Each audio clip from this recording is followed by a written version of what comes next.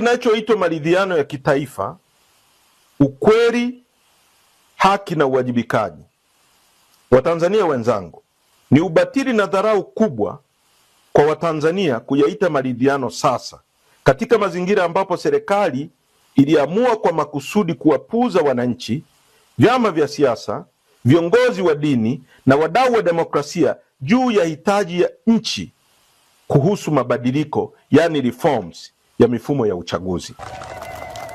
Jana nimesikia huko mwenyekiti wa chama cha demokrasia ndugu Heche, makamu mwenyekiti, amefurahi baada ya kuachiwa na mahakama, na mimi nikafurahi baada ya Chadema kuachiwa na nini, na mahakama, kwa sababu walioshtakiana ni wao wenyewe.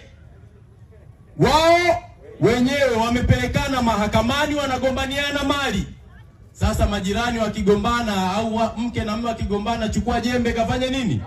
Lakini serikali ya Chama cha Mapinduzi imeziacha mahakama ziwe huru, na mahakama zimetenda nini? Haki. Kwa hiyo Heche lazima apongeze serikali kwa kuwa na mihimili ambayo inatoa haki ndani ya taifa hili.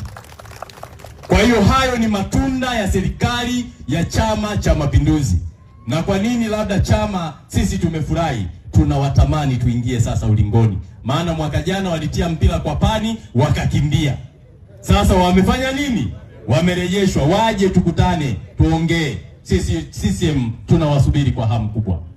Na nimeona wamesema wana ziara nchi nzima. Sisi tutakutana nao. Na raha yetu CCM, sisi tuna watu. Chama hiki kina nini? Niwaambie au nisiwaambie?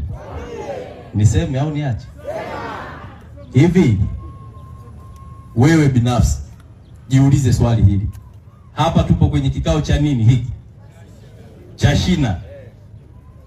Kikao cha nini? Mwambie mwenzio cha shina. Katibu wa wilaya ndugu yangu Msuya, tuna mashina mangapi? Hii wilaya ina mashina mangapi? 3610 na ngapi? Na 4. Hebu sema 3614. Kwa hiyo hili tupo shina moja katika mashina 3610 na ngapi?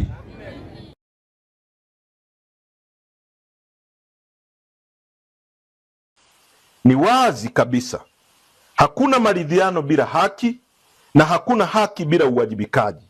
Maridhiano yanapogeuzwa kuwa wito wa kusema songa mbele, badala ya kuamua kwa makusudi kuwapuuza wananchi juu ya madai ya msingi walioyatoa na tahadhari walizozitoa awali, na matokeo yake serikali na vyombo vyake vya dola vikaunajisi uchaguzi na kujitangazia matokeo batili kwa makusudi, kufanya uhalifu wa kisiasa uliopelekea mauaji ya raia na uharibifu wa mali.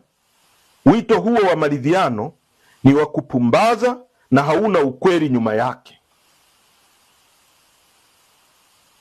Maridhiano bila kukiri makosa na kuwajibisha waliotenda makosa, hapo maridhiano hugeuka kuwa aina ya ukandamizaji wa kumbukumbu wa mambo yaliyotokea. Watu wameuawa kwa maelfu, watu wamekuwa vilema, wamesingiziwa kesi za uongo, za uhaini.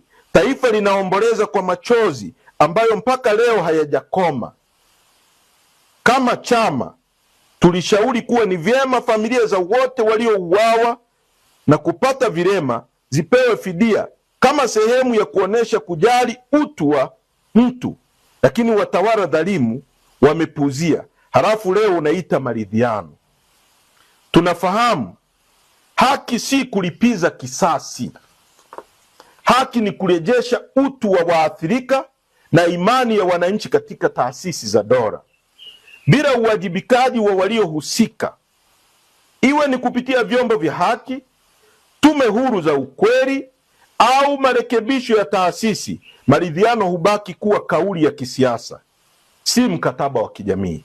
Chadema tunaendelea kuomboleza nanyi wa Tanzania katika huzuni tuliopitia wote, na tutaendelea kuwapa faraja na matumaini kuwa iko siku itafika hakika kila uovu, ukatili na hila itawajibishwa na haki kwa haki, na taifa litafikia kilele cha furaha na maendeleo ambayo tunayasubiri kwa muda mrefu sana.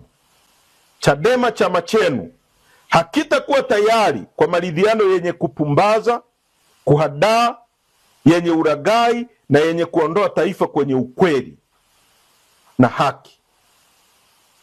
Kamwe hatutawasaliti Watanzania.